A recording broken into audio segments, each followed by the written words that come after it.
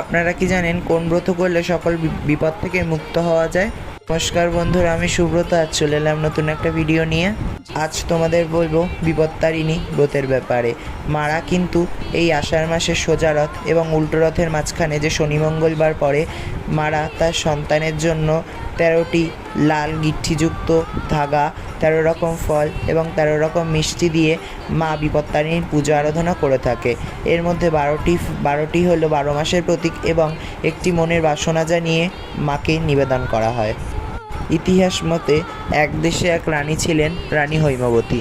তার ছিল এক মুচিসই। তার বাবার ছিল গোমাংসের দোকান। রানী জীবনেও গোমাংস দেখেনি। মনের কৌতূহলবশত তার মুচিসইকে বলেন, তুমি গোমাংস এনে আমার খাটের তলায় রেখে দেবে, আমি একবার দেখে তা ফেলে দেব। মুচিসই সেই রানীর কথা মতোই গোমাংস এনে রানীর খাটের তলায় রেখে দেন। রানী দেখে সেই গোমাংস ফেলতে ভুলে যান। অন্য এক প্রহরী এসে রানীর বিছানার তলায় গোমাংস দেখলে চটপট রাজামশাইকে গিয়ে খবর দেন। রাজামশাই রানীর ঘরের দিকে তেড়ে আসতে থাকেন।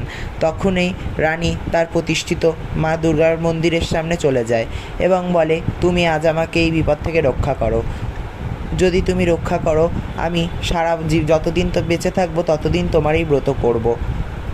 রাজা সেই স্থানে উপস্থিত হয়ে দেখেন সেখানে আর গোমাংস নেই। পাত্র ফুল ফলে পরিপূর্ণ হয়ে উঠেছে। তারপর রানী রাজাকে সব কথা খুলে বললে রাজা এবং রানী মাকে প্রতিজ্ঞা করেন যে তারা যতদিন বেঁচে থাকবে ততদিন এই বিপত্তারিণী ব্রত করবে।